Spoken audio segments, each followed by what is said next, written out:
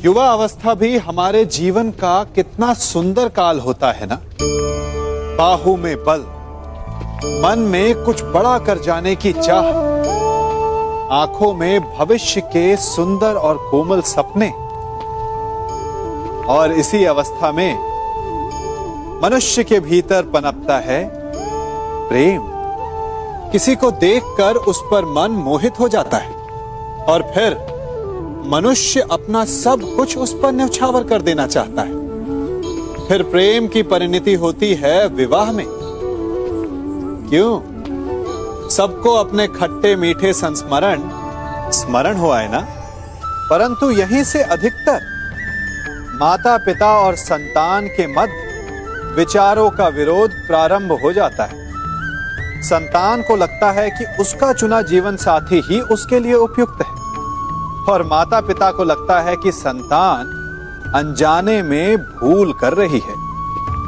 संतान का तर्क होता है कि उसे विवाह किससे करना है, ये उसका अधिकार है। और माता पिता का तर्क ये होता है कि अब भी जीवन साथी चुनने की समझ संतान में है ही नहीं। तो इस अवरोध को काटा कैसे जाए, उचित निर्णय कैसे लिया जाए?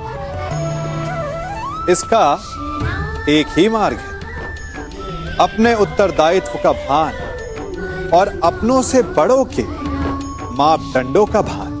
विवाह करने से पूर्व यह जान लेना आवश्यक है कि विवाह केवल अपने प्रेम को पाने का मार्ग नहीं है, अपितु विवाह से जीवन का एक नया द्वार भी खुलता है।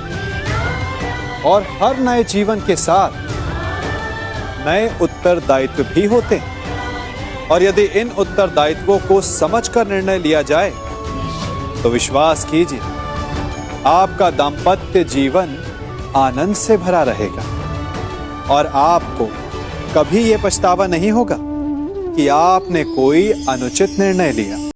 पिता होना बड़े आनंद का विषय है और जितना बड़ा आनंद है उससे भी अधिक बड़ा उसका उत्तरदायित्व भी।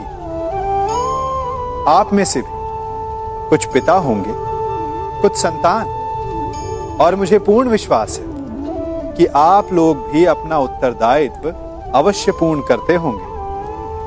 हर पिता अपनी संतान के सुख के लिए, उसके उज्जवल भविष्य के लिए रात दिन परिश्रम करता है, धन इकट्ठा करता है, सुविधाएं एकत्रित करता है। आप भी करते होंगे। हर पिता को यही लगता है कि उसने अपनी संतान को सब कुछ दे दिया, परंतु फिर भी संतान प्रसन्न नहीं रहती।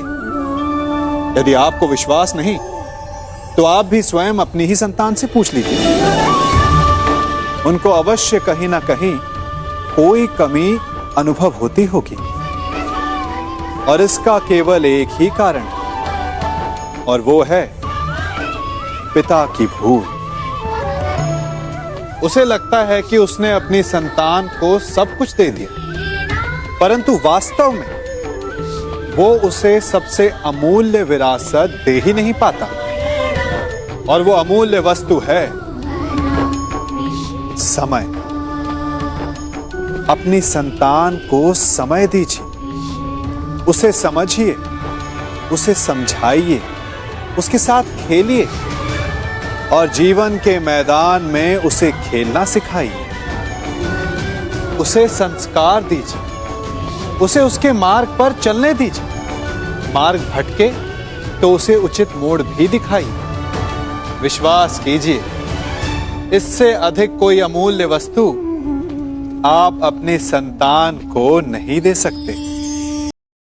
कभी कभी हमें लगता है कि हमारे अपने, हमारे हितैषी, हमारे माता पिता को हमारे मन की बात ही नहीं समझ आ रही, जैसे उन्हें हमारे हर कार्य में, हर निर्णय में खोट दिखाई दे रहा हो। और ऐसे में हम कर बैठते हैं विद्रोह। ऐसी अवस्था में हमें वही अच्छा लगने लगता है जो हमारी मन की बातों का समर्थन करे। हम उसे ही अपना हितैषी समझ लेते हैं। परंतु जो आपसे मीठी बातें कर रहा हो वो आपका हितैषी है, ये आवश्यक नहीं। कुछ विषैले फूल बड़े सुंदर दिखते हैं, कुछ विषैले फल असाधारण रूप से बड़े स्वादिष्ट होते हैं। और यह भी आवश्यक नहीं कि हमारे रोगों का निदान करने वाली औषधि सदा मीठी हो। इसलिए विष और औषधि में अंतर को परखने का प्रयास करें। हो सकता है जो आपके हित की बात कर रहा हो वो आपको संकट के गर्त में ले जा रहा हो।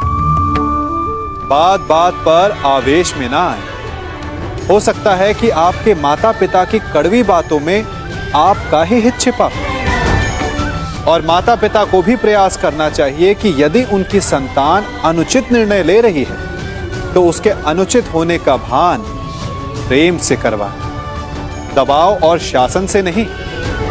क्योंकि कभी कभी कटु शब्द और कटु वचन अनुचित निर्णय को और पक्का कर देता है। शब्द अपने आप में इतना शक्तिशाली होता है कि यदि आप चाहें तो उन्हीं शब्दों से सृजन कर सकते हैं और चाहें तो नाश भी। फिर चाहे सृजन और नाश नए संबंधों का हो या फिर नए युग का। आजकल सर्वत्र सहनशीलता की कमी है। बात बात पर लोग झगड़ जाते हैं, विवाद पर उतारू हो जाते हैं। कारण शब्दों का प्रयोग। शब्दों का और वचनों का उचित प्रयोग करना सीखिए। आपकी आधी समस्याएं तो वहीं समाप्त हो जाएंगी। शब्द हमारी सबसे बड़ी पूंजी। उनका सोच समझकर भली प्रकार उपयोग करना ही श्रेयस्कर है। जो शब्द की महिमा और शक्ति को पहचान गया वो इस सृष्टि के आनंद को भी समझ गया। आप भी समझिए।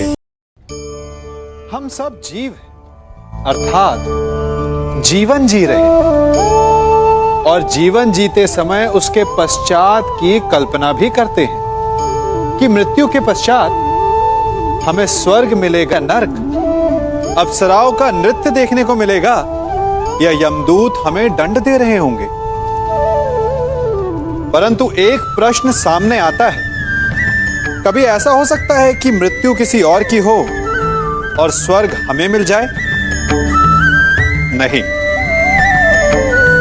हमें स्वर्ग और नरक हमारी ही मृत्यु के पश्चात मिलेगा।